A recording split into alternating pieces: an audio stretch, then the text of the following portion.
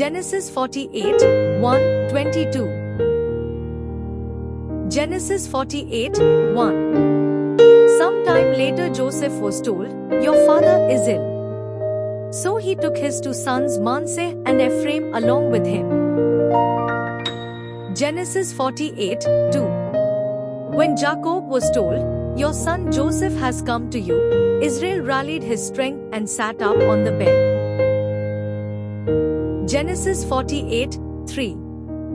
Jacob said to Joseph, "God Almighty appeared to me at Luz in the land of Canaan, and there he blessed me." Genesis 48, 4. And said to me, "I am going to make you fruitful and increase your numbers. I will make you a community of peoples, and I will give this land as an everlasting possession to your descendants after you." Genesis 48, 5. Now then, your two sons born to you in Egypt before I came to you here will be reckoned as mine. Ephraim and Manasseh will be mine, just as Reuben and Simeon are mine. Genesis 48, 6. Any children born to you after them will be yours. In the territory they inherit they will be reckoned under the names of their brothers. Genesis 48, 7. As I was returning from Paddan, to my sorrow Rachel died in the land of Canaan while we were still on the way, a little distance from Ephrath. So I buried her there beside the road to Ephrath, that is, Bethlehem.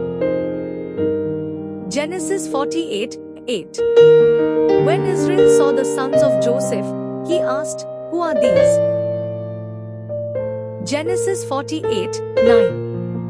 "They are the sons God has given me here," Joseph said to his father. Then Israel said, "Bring them to me so I may bless them." Genesis 48, 10. Now Israel's eyes were failing because of old age, and he could hardly see. So Joseph brought his sons close to him, and his father kissed them and embraced them. Genesis 48, 11. Israel said to Joseph, "I never expected to see your face again, and now God has allowed me to see your children too." Genesis 48, 12. Then Joseph removed them from Israel's knees and bowed down with his face to the ground. Genesis 48, 13. And Joseph took both of them, Ephraim on his right toward Israel's left hand and Manasseh on his left toward Israel's right hand, and brought them close to him. Genesis 48, 14. But Israel reached out his right hand and put it on Ephraim's head, though he was the younger, and crossing his arms, he put his left hand on Manasseh's head, even though Manasseh was the firstborn. Genesis 48, 15. Then he blessed Joseph and said, "May the God before whom my fathers Abraham and Isaac walked faithfully, the God who has been my shepherd all my life to this day." Genesis 48, 16. "The angel who has delivered me from all harm, may he bless these boys. May they be called by my name and the names of my fathers Abraham and Isaac, and may they increase greatly on the earth." Genesis 48, 17. When Joseph saw his father placing his right hand on Ephraim's head, he was displeased, so he took hold of his father's hand to move it from Ephraim's head to Manasseh's head.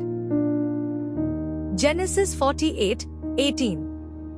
Joseph said to him, "No, my father, this one is the firstborn, put your right hand on his head."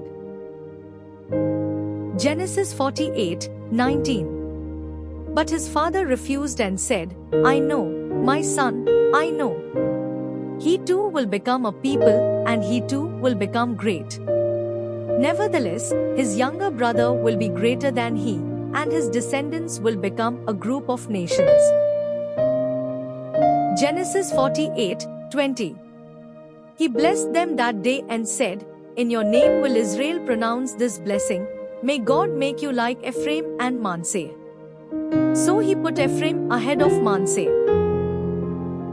Genesis 48, 21.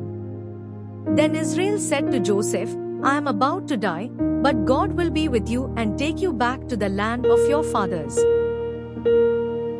Genesis 48:22. And to you I give one more ridge of land than to your brothers, the ridge I took from the Amorites with my sword and my bow.